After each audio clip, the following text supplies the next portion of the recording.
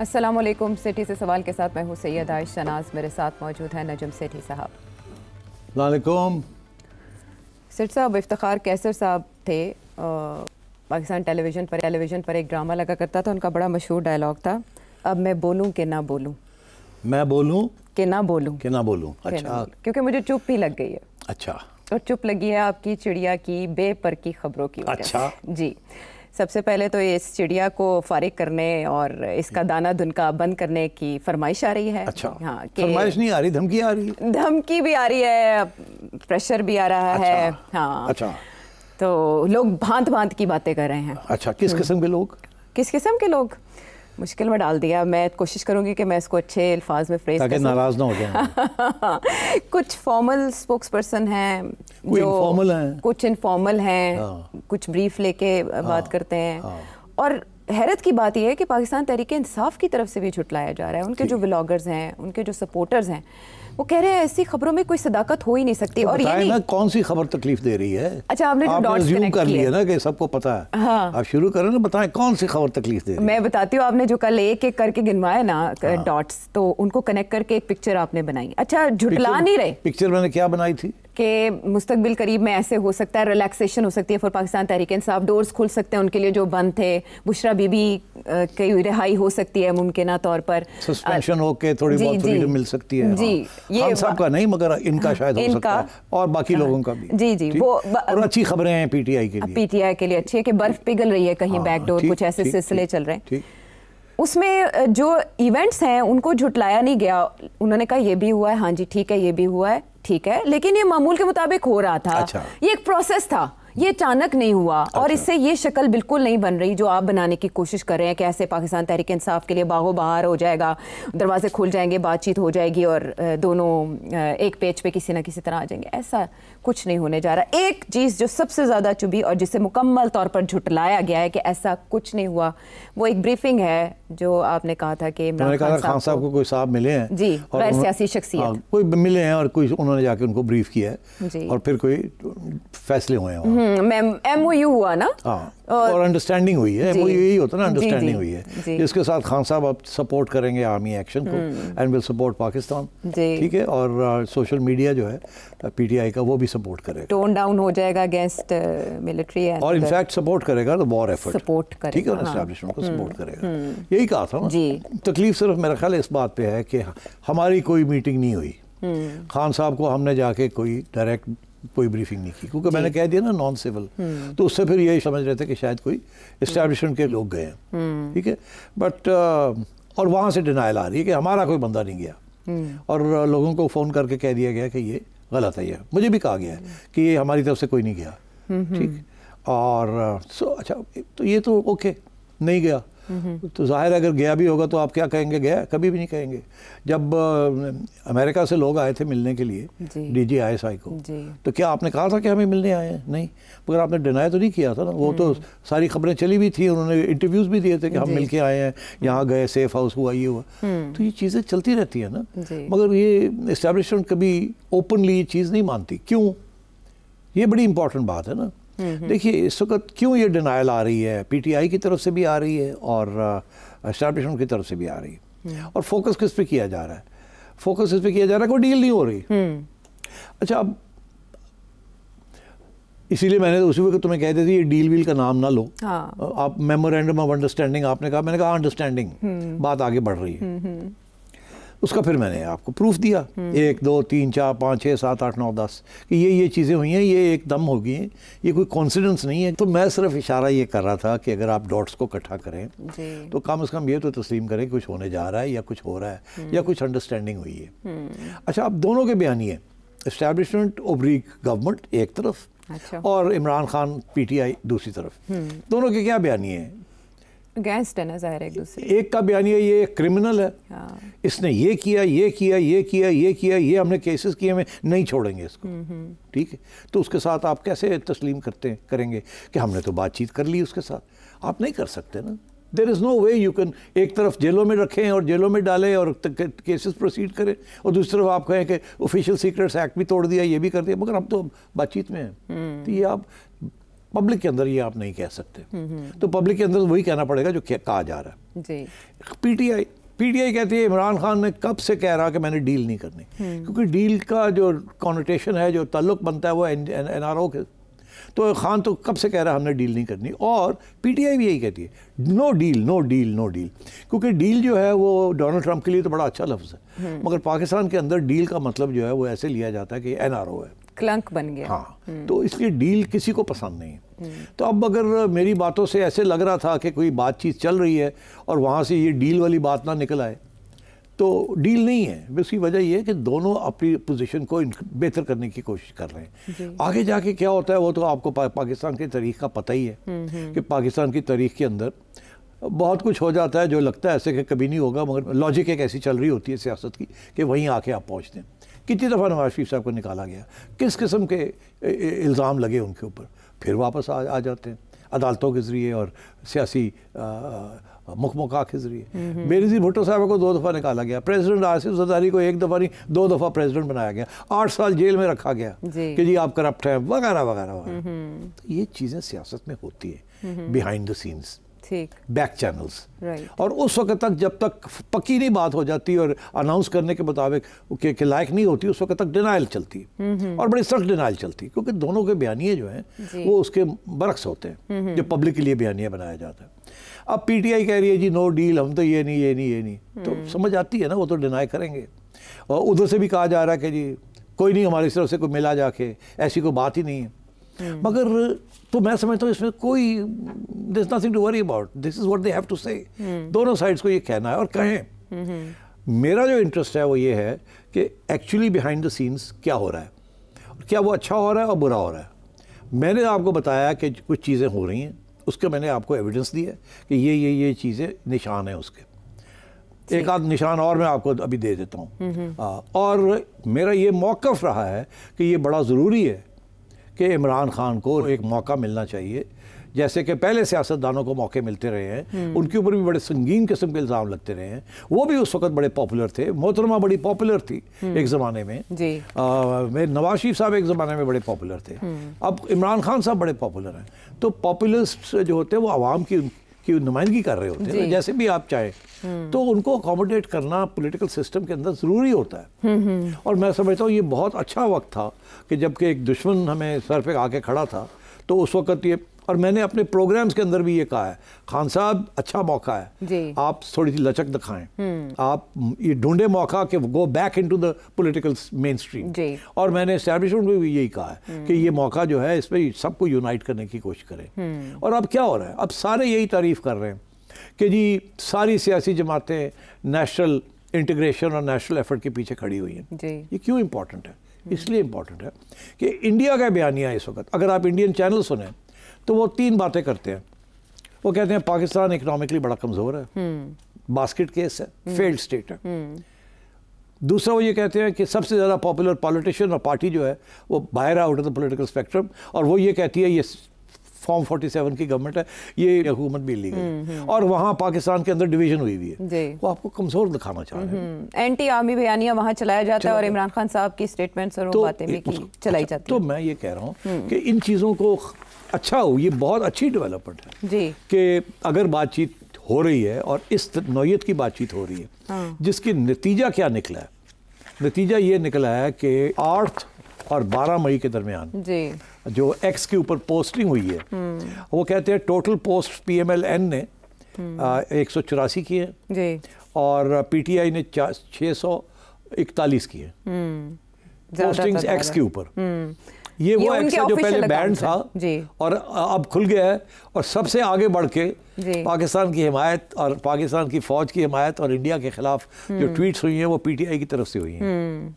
और वो कहते हैं इसमें से टोटल व्यूज़ जो मिली हैं इन ट्वीट्स के ऊपर कोई 24.5 मिलियन व्यूज़ मिली हैं, और जो कि नून लीग वालों को मिली है, और जो PTI के हैं वो 54 मिलियन। उनकी पोस्ट भी ज़्यादा थी, एंगेजमेंट ज़्यादा हुई, एंगेजमेंट भी ज़्यादा थी। और तो इसलिए, और ये PTI ऑफिशियल अकाउंट से हो रही है, उसको मॉनिटर किया गया। तो PTI ने जो उनके जो सोशल मीडिया एक्टिविस्ट्स हैं, उन्होंने राइट 180 डिग्री टर्न करके, जहां वो पहले अटैक कर रहे थे अपने लोगों को और अपने इस्टेब्लिशमेंट को और इन डोमेस्टिक उन्होंने शिफ्ट किया अपने गन्स जी टूवर्ड्स इंडिया।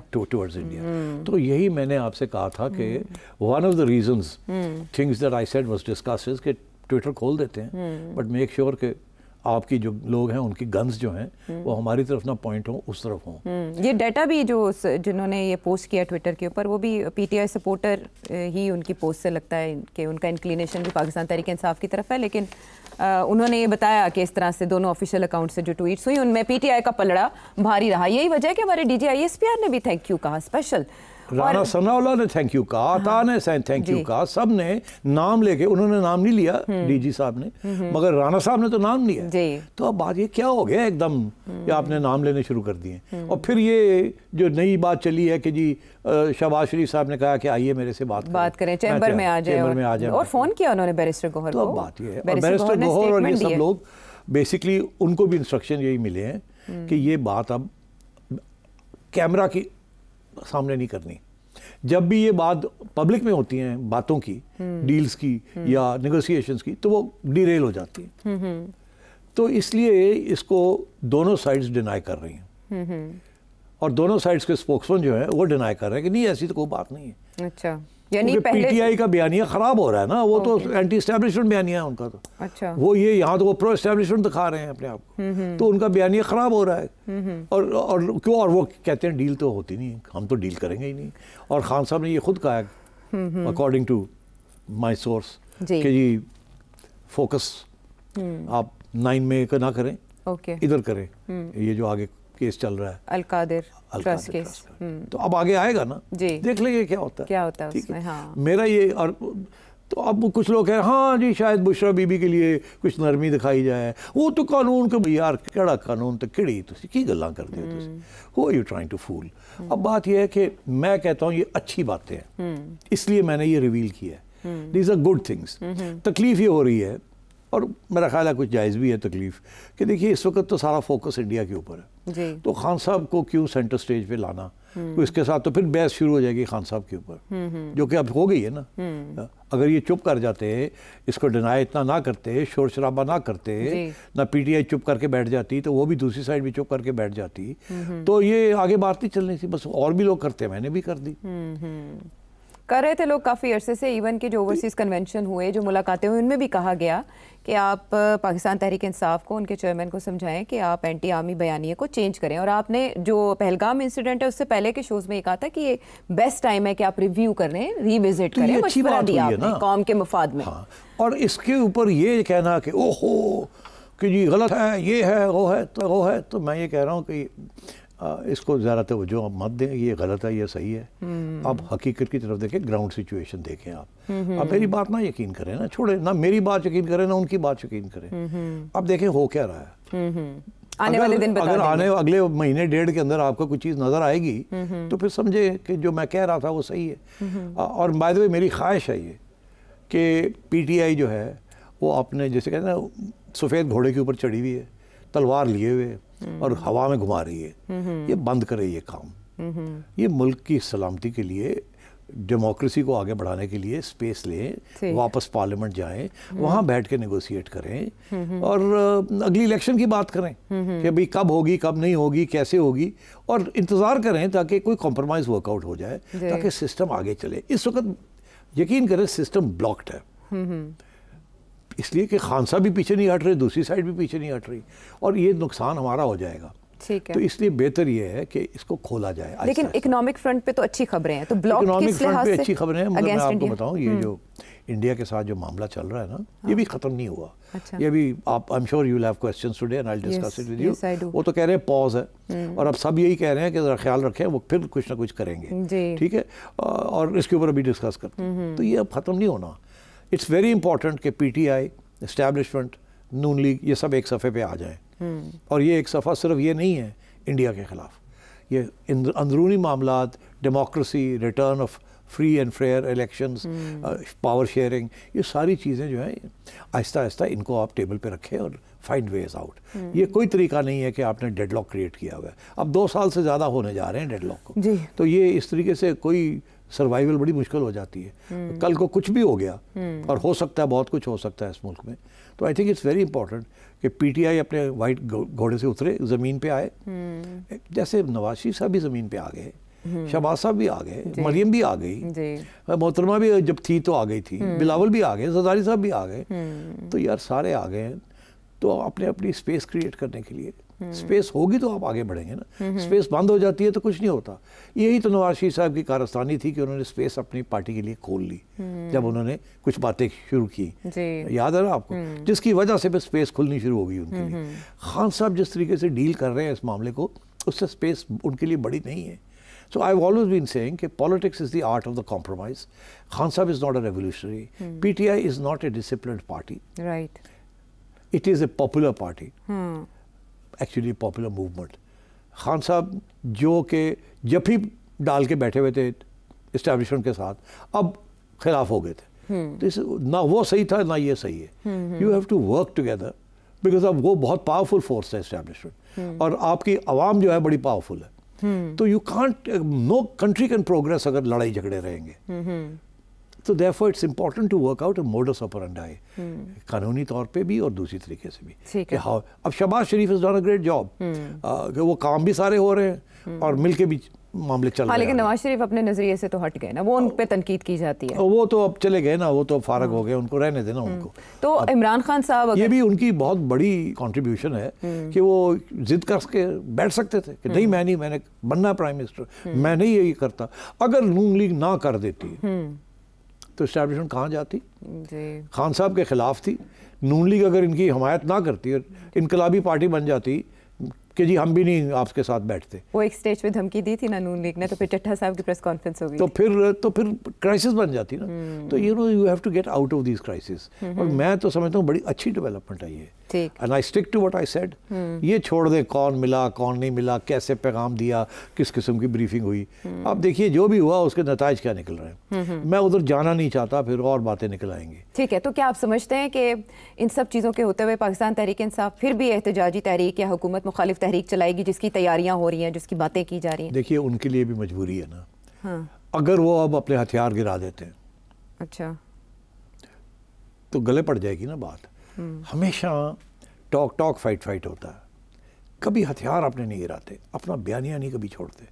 एस्टैब्लिशमेंट अपना बयानिया नहीं छोड़ेगी, पीटीआई भी अपना बयानिया नहीं छोड़ेगी, ऊपर नीचे होता रहेगा, डेवलपमेंट्स होती रहेंगी। और जब वक्त आ जाएगा बयानिया तब्दील करने का, अमेंड करने का, तो फौरी रातों रात यू टर्न ली जाएगी। उस वक्त तक कुछ नहीं होगा। अपने सपोर्टर्स को तसल्ली कैसे दी जाएगी? उधर यू टर्न कैसे लिया जाएगा? जो है जिस दिन आप यू टर्न लेंगे उस दिन वो भी यू टर्न लेके आपके साथ चले जाएंगे। जैसे अभी हुआ इंडिया पाकिस्तान के सपोर्टर्स भी यू टर्न लेंगे जब एस्टैब्लिशमेंट यू टर्न लेगी, और जब गवर्नमेंट के यू टर्न लेगी तो वो भी साथ निकल जाएंगे, और पीटीआई के तो सबसे पहले आगे बढ़ के निकलेंगे बाहर। ये मैं आपको कह रहा हूँ। तो don't worry about these constituencies. They follow the leads that their parties and their leaders give them. तो मैं उधर नहीं जा रहा। मैं ये आपसे कह रहा हूँ कि इस वक्त बड़ा चर्चा है, ओ जी नहीं ऐसी कोई बात ही नहीं हुई।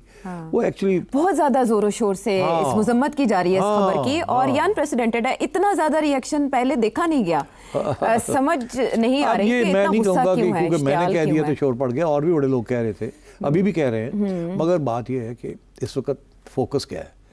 Focus actually is not on Imran Khan, not on PTI.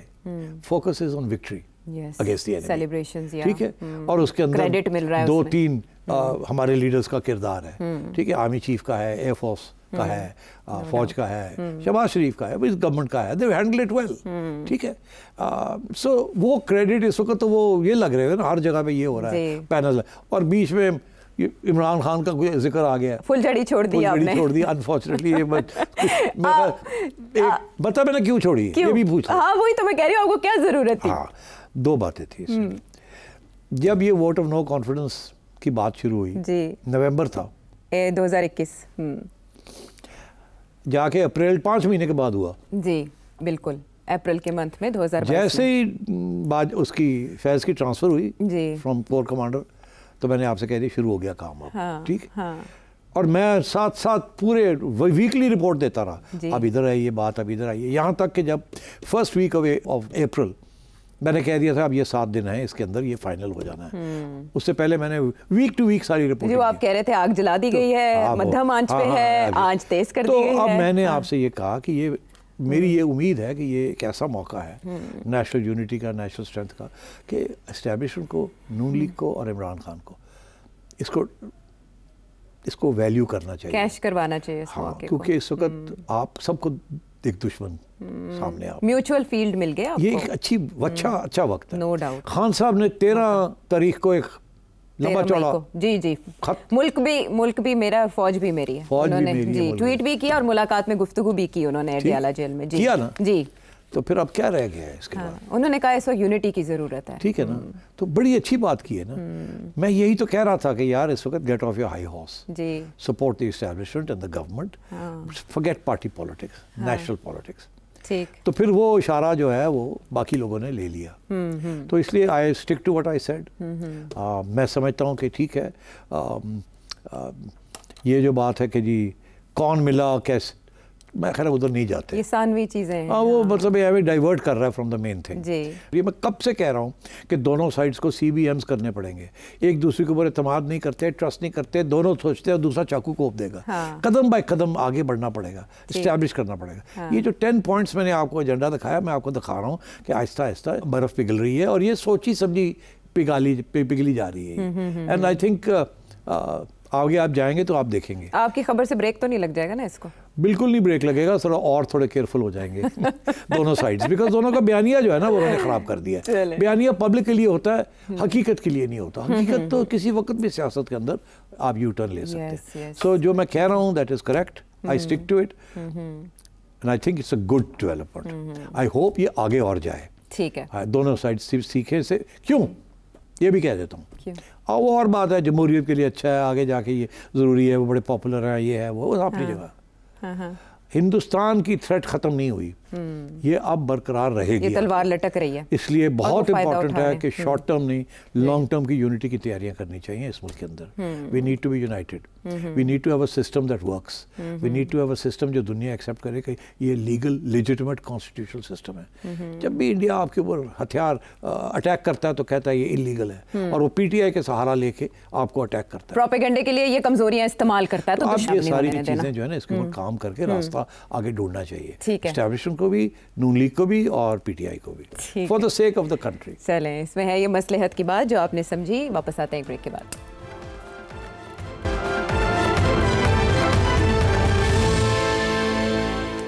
Show में साथ देने का शुक्रिया। गुज़श्ता से पैवस्ता बात को आगे बढ़ाते हैं कि इंडिया क्या कर रहा है पाकिस्तान के खिलाफ, और अब वो क्या सोच रहा है, खिसियानी बिल्ली खंबा कैसे नोचेगी। मल्टी फ्रंट्स पे वो एक्टिव हैं, लेकिन उन्हें समझ नहीं आ रही वो क्या करे। एक, उन्होंने अफगानिस्तान के साथ थोड़ी पींगें बढ़ाई हैं। दूसरा, वो अपना एक डेलीगेशन तैयार कर चुके हैं जो मुख्तलिफ ममालिक में जाएगा और उनको ब्रीफ करेगा। उन्होंने जो भी अपना डॉसियर बनवाए हुए हैं उनको साथ लेके जाएंगे, और उसमें उन्होंने बाकायदा शशि थरूर साहब को शामिल किया है। तो इस पेशकदमी को इंडिया के आप कितना मौसर समझते हैं? एक प्रोग्राम में आपने सजेस्ट किया था पहलगाम इंसिडेंट के बाद कि पाकिस्तान को ऐसी मूव करनी चाहिए, लेकिन आपकी वो दोनों सजेशंस इंडिया ने टेकअप की। यहाँ कुछ ऐसा हुआ? देखिए, इंडिया ने अभी हाल ही में एक मैं इंटरव्यू देख रहा था शशि की विद करण, क्योंकि वो करण की इंटरव्यू जो मेरी थी वो पसंद नहीं की गई वहाँ और वायरल हो गई, और उसके लिए फिर जवाब ढूंढना था। तो उन्होंने शशि को निकाला कि आप जाके, क्योंकि आप कांग्रेस के हैं, तो आप जाके हमें डिफेंड करें। अच्छा। तो वो फिर करना पड़ा, और उन्होंने अपनी फाइन अंग्रेज़ी के अंदर उन्होंने की, डिफेंड किया। तो उससे नज़र आ रहा था कि अब ये कुछ पीछे बात हुई है, जिसके बाद फिर शशि को कोई रोल मिल जाएगा। ऐवे नहीं करते लोग ऐसे। हाँ। ठीक है, वो भी ऑपोजिशन के हों। हाँ। उनको मौका ढूंढ रहे हैं वो भी कि किसी तरीके से नरेंद्र मोदी को गिराया जाए। ठीक है ना। तो वहाँ से भी बड़ी तनकीद आनी शुरू हो गई थी कि ये किया और आ रही है अभी। सिर्फ ऑपोजिशन नहीं, और इंडिपेंडेंट लोगों से भी आ रही है कि गलत बयानियाँ किया, झूठ बोला, ये भी जो सारी पॉलिसी ली है ये भी फेल हो गई है वगैरह, ये शुरू हो गई बातें। Shashi went out of his way to defend, हर बात को उसने डिफेंड करने की कोशिश की। तो उस वक्त मुझे समझ आ गई थी कि अब शशि को कोई रोल मिलेगा। अच्छा, शशि को रोल मिलना भी समझ आता है, बिकॉज वो जो पार्लियामेंट के अंदर फॉरेन रिलेशंस कमेटी है ना, जैसे यहाँ पब्लिक अकाउंट्स कमेटी में अपोजिशन का बंदा होता है जी, जैसे अभी जुनैद अकबर साहब ने रिजाइन किया, तो वहाँ फॉरेन अफेयर्स कमेटी में उसका जो हेड है वो शशि है अपोजिशन की तरफ से, कांग्रेस की तरफ। तो इन्होंने अभी कुछ 7-8 लोगों की लिस्ट रिलीज कर दी, 7 हैं, सारी पार्टी से ताल्लुक है, सब पार्टीज को इन्वॉल्व करके और उनके बना दिए कि आप जाएं दुनिया में जाएं और रिप्रेजेंट करें, आप हमारा केस 10 दिन का टूर। बिकॉज देखिए इंडिया का केस जो है वो बहुत अहम है, बिकॉज इंडिया आइसोलेट हो चुका है, तो उन्होंने तो करना था। मगर मैंने अपनी पिछले हफ्ते एक तजवीज़ दी थी जो अभी तक टेकअप नहीं हुई, अब मेरा ख्याल है अब शायद टेकअप हो जाए वो, अब क्योंकि ये हो गया ना तो उनको भी, हमारे लोगों को भी समझ आनी शुरू हो गई। ये अपनी तैयारियों में इतने मसरूफ़ थे, दूसरी तैयारियां, कि ये इन्होंने इसकी तरफ तवज्जो नहीं दी, और मगर अब देने, मेरा ख्याल वक्त आ गया देने का। और मैंने यही कहा था कि आपको भी चाहिए कि अपना मौक़िफ़ प्रीएम्प्टिवली, उस वक्त नहीं जब आपके ऊपर प्रेशर आए, उससे पहले तैयार करें 8-10 लोग जो कि फ़ॉरेन मीडिया और फ़ॉरेन मिशंस को जाके ब्रीफिंग दे सकते हैं, जो एलोक्वेंट हैं, डायनामिक लगते हैं सब, और उनको आप भेजें ताकि एज रोविंग एम्बेसडर्स जाके करें। तो अभी तक हमने तो अनाउंस नहीं किया, मगर इंडिया ने स्ट्रेट अवे वो आइडिया लेकर शुरू कर दिया। ठीक है, अब मैं समझता हूँ कि हमारे यहाँ भी बड़े कॉम्पिटेंट लोग हैं जिन्होंने सर्व भी किया हुआ है, और जिनको फॉरेन पॉलिसी का पता भी है, और जो बड़े आर्टिकुलेट हैं, जिनकी एक रिकग्निशन भी है बैरूनी मुल्कों में, मीडिया के साथ भी और डिप्लोमेट्स के साथ भी, फॉरेन ऑफिसर्स के साथ भी। तो एक टीम बनाई जाए और उनको भेजा जाए, ये मेरी तजवीज़ थी, मैंने दी है ये तजवीज़। आपने तकरीबन 2 हफ्ते पहले आपने 2 तजावीज़ दी थी, एक इस तरह की डेलीगेशन की और एक ये कि ख़वातीन की रिप्रेजेंटेशन भी होनी चाहिए। वैसे भी मुझे पूछते रहते हैं इधर उधर से लोग, अच्छा, कि जी क्या किस करें, कैसे करें, तो जो नेशनल इंटरेस्ट में होता है मैं कह देता हूँ। तो अब बात यह है कि अब देखें ना कितने अच्छे लोग हैं आपके पास, अगर मैं नाम लूँ, मगर ये नहीं कि यही हैं, और भी बड़े अच्छे। मैंने आपसे पूछा था तब तो आपने कहा था रहने दें, आप नाराज हो जाएंगे किसी का नाम देना मुनासिब है या नहीं मुनासिब, मगर अच्छे लोगों के नाम लेने से क्या फ़र्क पड़ता है, अच्छी बात है ना। तो ऐसे लोग हैं आपके यहाँ जो बहुत अच्छी तरीके से आपको डिफेंड कर सकते हैं। मैंने कहा था कि सबसे पहले तो ये है कि 3-4 ख़वातीन हैं जिनका बड़ा एक्सपीरियंस है, जिन्होंने सर्व किया एज एम्बेसडर्स और एज फॉरेन मिनिस्टर्स। तो मैंने कहा था कि आप हिना रबानी खर को तैयार करें, शी इज़ गुड, वो कर सकती है डिफेंड, आपको तैयारी करेंगी, ब्रीफिंग फॉरेन ऑफिस कर दे, क्योंकि आउट ऑफ टच होंगी ना थोड़ी बहुत, तो वो ज़रा अपडेट हो जाएंगी। और तारिक फातमी साहब ज़बरदस्त ब्रीफिंग दे सकते हैं उनको, is a very competent man in the foreign office, वो इनको दे सकते हैं। But we need younger, more attractive faces and more dynamic looking faces. तो इनमें से हिना भी है, शहरी रहमान साहिबा है, मलिया लोधी साहिबा है, तो ये मतलब है there are people like this that you can tap. इसी तरीके के साथ हमारे खुर्रम दस्तगीर साहब हैं, हमारे जो एहसन इकबाल साहब हैं, और इस किस्म के और लोग भी हैं हमारे पास जो कि ये इस किस्म का रोल अदा कर सकते हैं। बिलावल और सबसे आगे तो बिलावल भी है, ठीक है ना। तो मतलब है कि get call these people, make them roving ambassadors and give them a brief, let the ambassadors of these other countries जाके उनको ये जाके बात करें। ये सब फेस रिकग्निशन है, नेम रिकग्निशन है, हाईली इंटेलिजेंट लोग हैं, ऐसे लोग और भी हैं। तो 8-10 लोग ऐसे इकट्ठे करें, और ख़वातीन की रिप्रेजेंटेशन ज़्यादा होनी चाहिए, because that is what the face you want to show. ठीक है ना, जैसे इंडिया ने ब्रीफिंग्स में हिस्सा बनाया अपनी फीमेल सोल्जर्स को, चलो वो तो हमने ही कहा था कि आप बनाए, तो आपने कहा था, हाँ, यहाँ नहीं फॉलो किया गया। वो देखें ना, इस टीम के अंदर कोई उनके इतने डायनामिक लोग नहीं है जो ये ब्रीफिंग्स में रहे सामने। ये जो इन्होंने लिस्ट दी है इसमें नहीं है। Shashi is the only face, या बाकी रवि शंकर प्रसाद, हाँ, बाकी तो कोई रिकग्निशन नहीं है। हमारे यहाँ तो लोग हैं जो रिकग्नाइज्ड जी। मैं तो यहाँ तक कहूँगा कि हुसैन हक्कानी साहब जैसे शख्स को भी साथ लेना चाहिए, जो उनकी जो रीच है, जो उनकी अंडरस्टैंडिंग है। इस वक्त वो अबू धाबी की गवर्नमेंट को एडवाइस कर रहे हैं, वहाँ वो बैठे हुए, उनको भी साथ लें ये, और सारे आएंगे आपके लिए for the cause of Pakistan. सारे पाकिस्तानी हैं, सारे पेट्रियाटिक हैं, सारे पार्टी लाइन्स को छोड़ के आएंगे, लेके जाएँ इनको ब्रीफ दें, और ये देखें ये कैसा काम करके देते हैं आपको। ठीक है, कुछ की ज़रूरत है और उसके लिए मशवरे हाजिर है। वापस आते हैं ब्रेक के बाद।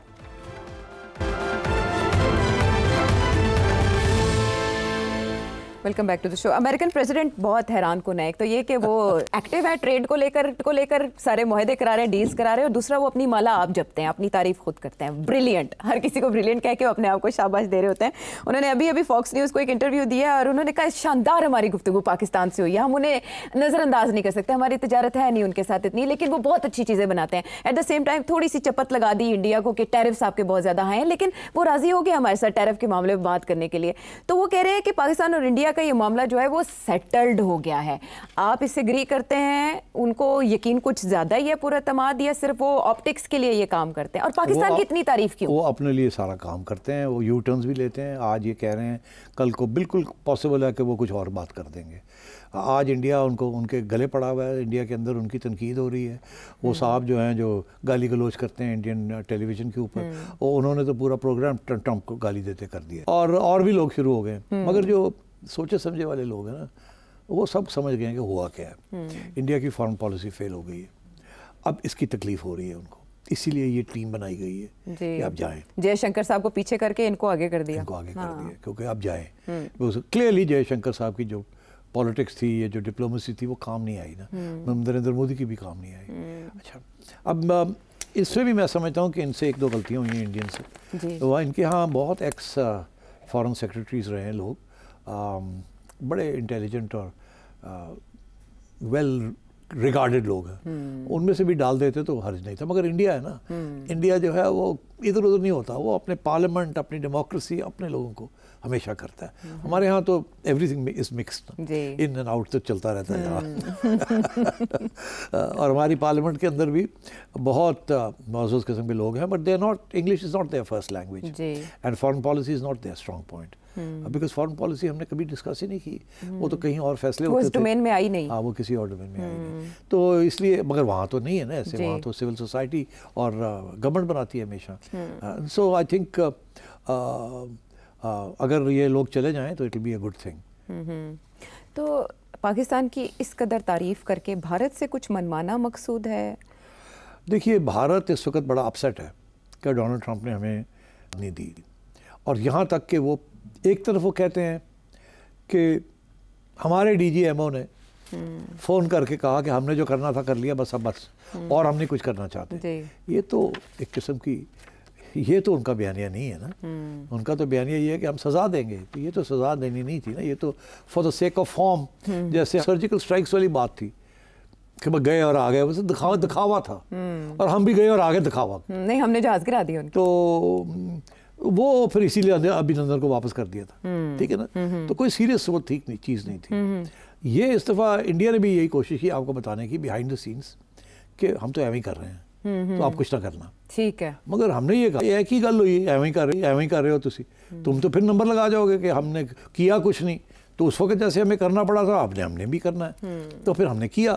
उसके बाद जब इंडिया के जहाज़ गिर गए ना उस सारी कॉन्फ्रंटेशन में, तो फिर इंडिया को अपनी मिसाइल्स का करना पड़ा, तो बात आगे बढ़ गई, फिर हमने किया।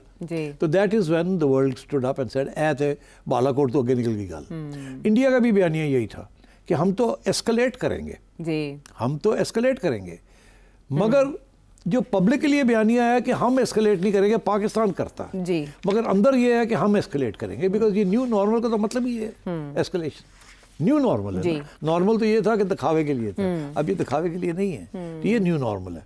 तो इंडिया एक तरफ दिखाना चाह रहा था पाकिस्तान को लेकर दिखावे के लिए, दूसरी तरफ दुनिया को दिखाना चाह रहा था कि नहीं, दिखावे के लिए नहीं है, वी डेडली सीरियस। तो आई थिंक ये हुआ है, ठीक है। तो वो दोनों तरफ खेलते रह गए, और सबसे बड़ा जो दुख उनको ये हुआ है कि किसी ने इंटरनेशनल कम्युनिटी को उनको सपोर्ट नहीं, घास नहीं डाली। अच्छा, डोनाल्ड ट्रंप कह रहे हैं कि दोनों मुल्क बहुत खुश हैं, इंडिया और पाकिस्तान। हमें इंडिया की खुशी तो दिखाई नहीं दे रही, यहाँ तक कि नरेंद्र मोदी झुटला भी नहीं रहे डोनाल्ड ट्रंप के स्टेटमेंट्स को। सही कह रही हैं आप, हम बड़े खुश हैं, हमने तो ओपनली थैंक यू किया जी, सिर्फ डोनाल्ड ट्रंप को नहीं, बड़े लोग बहुत जो इन्वॉल्व थे इसके अंदर, सबका शुक्रिया अदा किया, और सबने अप्रिशिएट किया जी। इंडिया ने तो सबके आगे आंखें दिखाई हैं। जैसे इंडिया तो नाराज है कि हमारा सपोर्ट नहीं मिला हमें, यहाँ तक कि उनको सबसे बड़ा धक्का लगा कि रशिया ने सपोर्ट नहीं किया, क्योंकि उनके हथियार सारे 80% जो है वो, और एटलीस्ट 60% वो रशियन है, और वो तो ये समझते थे कि रशिया हमारा हमेशा बहुत बड़ा हमायती है, बिकॉज जब भी इंडिया के खिलाफ कोई चीज़ होती थी तो रशिया वीटो डालता था UN में, ठीक। तो अब रशिया ने इनको सपोर्ट नहीं किया, डिफेंस सिस्टम रशिया का डिबो दिया। अच्छा, अब इंडिया को एक बात समझानी चाहिए, इंडिया के जो डिप्लोमेट्स हैं, कि अब रशिया आपको सपोर्ट नहीं करेगा, क्योंकि आप अब अनाउंस करके अमेरिकन कैंप में चले गए हैं। बीजेपी ने इंडिया को अमेरिकन कैंप में ले गए, ऊपर से प्रिटेंड करते हैं कि हम न्यूट्रल हैं, बट एक्चुअली अमेरिकन कैंप में चले गए। ये जो क्वाड शॉट है सारा चाइना के, अब देखिए ना, चाइना रशिया ये अब इट्स वन जी, ये हाइफनेट हो गया है। जैसे चाइना पाकिस्तान हाइफनेट हो गया, चाइना रशिया हाइफनेट हो गया है। इस वक्त सबसे ज़्यादा हथियार जो यूक्रेन में इस्तेमाल हो रहे हैं फ्रॉम रशिया, वो रशिया चाइना से लेके दे रहा है। पाकिस्तान भी ऐसे ऐसे खेल रहा है गेम, इंडिया भी ऐसे ऐसे खेल रहा है। इंडिया को तो इंटरनेशनल कम्युनिटी ने बता दिया है कि ये ऐसे ऐसे नहीं, या हमारे साथ तो नहीं हो, तकलीफ हो रही है। हम जो है, हम ना इधर थे पहले ना उधर थे, तो हम अभी भी लगे हुए हैं छोटी मोटी, मगर अब हमें भी एहसास हो गया कि हमारा एक ही दोस्त है जो long term, short term, medium term, वो चाइना है। And we need to make sure कि चाइना जिस तरीके के साथ आपके साथ खड़ा हुआ है, आज तक कोई बैरूनी मुल्क आपके साथ खड़ा नहीं हुआ।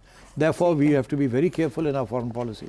किसी सूरत में भी चाइना को अबैंडन नहीं करना, चाइना का साथ देना है और चाइना के साथ जप्फी पा के बैठे रहना। ठीक है, चाइना और पाकिस्तान के पॉइंट ऑफ व्यू से तो एनालिसिस आपने जाना। अमेरिकन प्रेसिडेंट जिनके बारे में कहा जा रहा है कि उन्होंने मिडल ईस्ट का विजिट किया और वो अमेरिकन खारिजा पॉलिसी को नए सिरे से तरतीब दे रहे हैं, इस पर आपके जहन में हो सवाल तो इस नंबर पर भेजें। अगले प्रोग्राम तक के लिए इजाजत दें।